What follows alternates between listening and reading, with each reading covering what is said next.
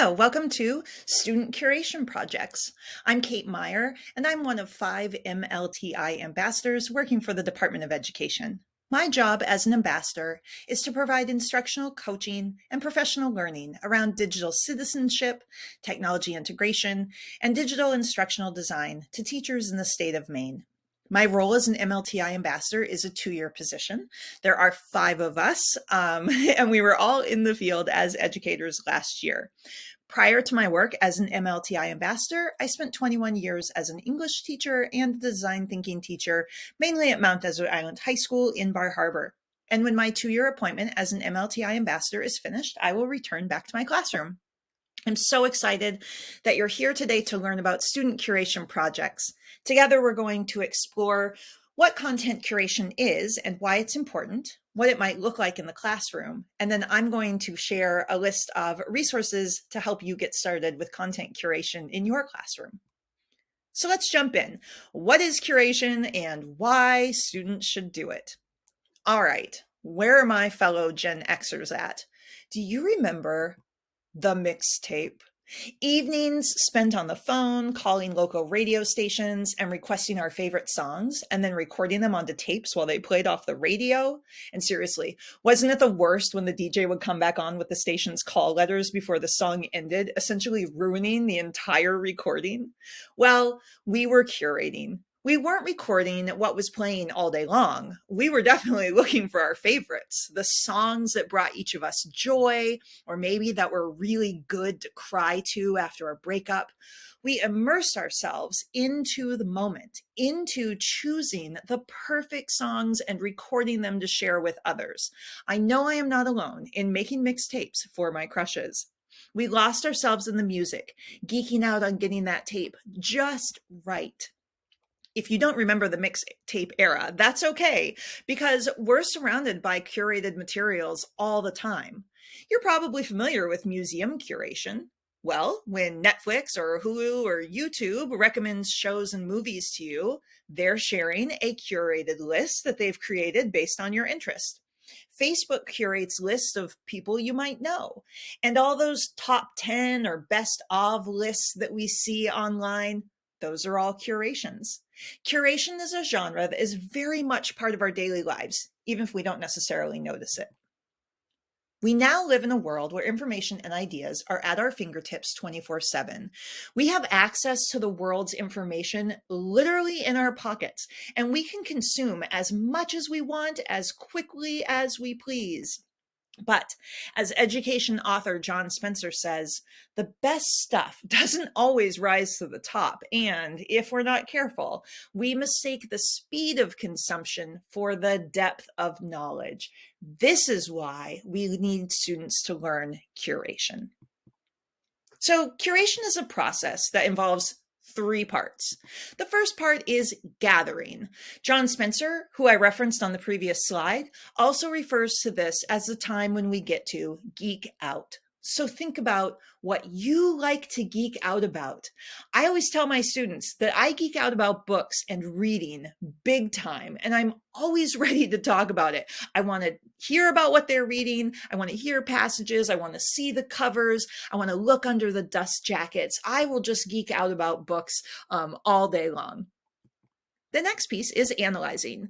This is where the curator evaluates what's relevant and irrelevant to their curation and organizes it in a way that makes sense. And then finally, we have sharing with others. This is where we find authentic audiences for our curations and get the word out by sharing it far and wide.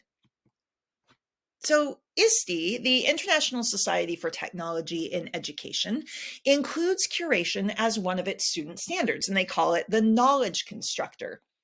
Students being able to critically curate is considered an essential skill. Of course, there are a lot of skills that need to be explicitly taught in order to get there. So students need to learn effective research strategies, how to recognize and use accurate and credible information, and then how to explore all of this, including real-world issues.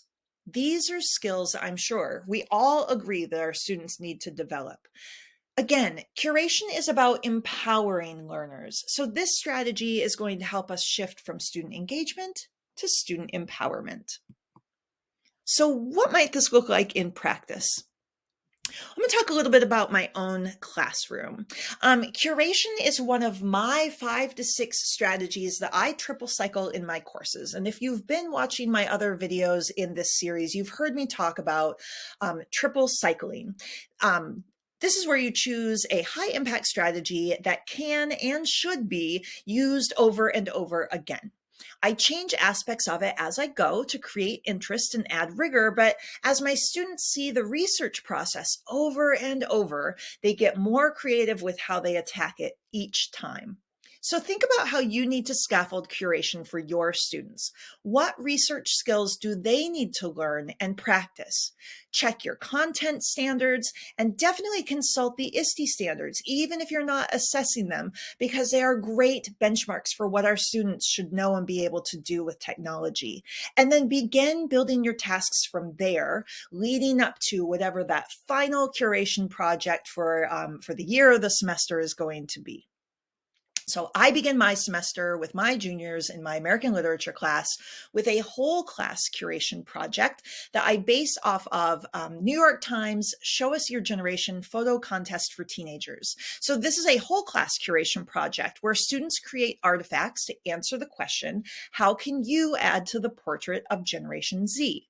So my students take or they find photos that show what they want to show about their generation, and they complete a piece of writing to accompany it that they then record as a podcast. And we compile all of this into a shared slide deck that we take a few days to view and listen to. And after we share our artifacts with each other, we reflect on this as an entire class and talk about how this sets the stage for who we are as a learning community. Our next curation project then begins the following week, and it's the Generational Studies Comparison Matrix. I offer my students a curated list of articles, videos, and infographics that I have put together that relate to our topic of study, generational studies. I talk about how and why I curated this list so that they understand that there's reasoning behind each of my selections. And then they choose 3 resources to dig into and to explore further. And then they add 2 of their own resources to my curation. So then we end up with a co-created curation. We continue through the semester with annotated bibliographies, essays that require the synthesis of multiple sources that they've curated, and we end with the iSearch paper, which is a project where students curate resources on a topic that they're interested in, and then actually write a paper about their actual process of curation, which is a really fun project to watch my students do, and then to read and share those final artifacts. So let's go back to that graphic that I shared a few slides ago. No matter what your students are curating or what format they're curating in, the how is always going to be the same, which again, it's why it's a perfect triple cycle strategy. So that gathering is the brainstorming and planning part of the research process. So this includes brainstorming potential topics that your students might be interested in and exploring further and narrowing down this brainstorm to specific topics, and then determining where they're going to store and organize that information. Sometimes you will give them the place to store and organize the information, and most often I do too. I give them an organizational strategy. In my comparison matrix example, I'm giving students the organizational structure, which is a graphic organizer called a comparison matrix. But they have other structures under their belt that are definitely worth doing. So we always talk about, what are the other organizational structures that you already know? So some of my students use Noodle Tools or the Notes app or even a Google document. The analyzing part of curation is where the students are searching, organizing, and evaluating. This is where they get to geek out on the information. They get to search for material that is high quality and relevant. And this is where you might be teaching parts of the research process or things like MLA or APA formatting. Students get to sink into the content, explore deeply, and make connections. Remember that mixtape? There was often incredible thought behind the search and organization, and students should be able to enjoy the process just like we did when we were making those mixtapes. The beauty is in stepping back and letting the students organize their curations in ways that make sense to them. And then they will describe and evaluate their choices, giving credit to the authors, including citations and tags or hyperlinks right back to the original work. Let the students show us how they view the world through their curation. Your only job is to push them to show us the connections that we don't yet see. And then finally, sharing. They're ready to share and learn from each other. Curation creates so many opportunities for students to share their work with real-world audiences. And that's something I think that as teachers, we're always striving to do more of. Jennifer Gonzalez, education podcaster and blogger, and you might recognize her podcast or blog title, Cult of Pedagogy, has a great episode on curation. And she has included some ways to get your students started with curation. And so I'm going to share some ideas from her blog post and podcast episode. First, she talks about ranked collections. This is where students collect a set of articles, images, videos, or even whole websites based on a set of criteria. So she suggests that maybe teachers have students collect the most literary song lyrics of the year, or the world's weirdest animal adaptations.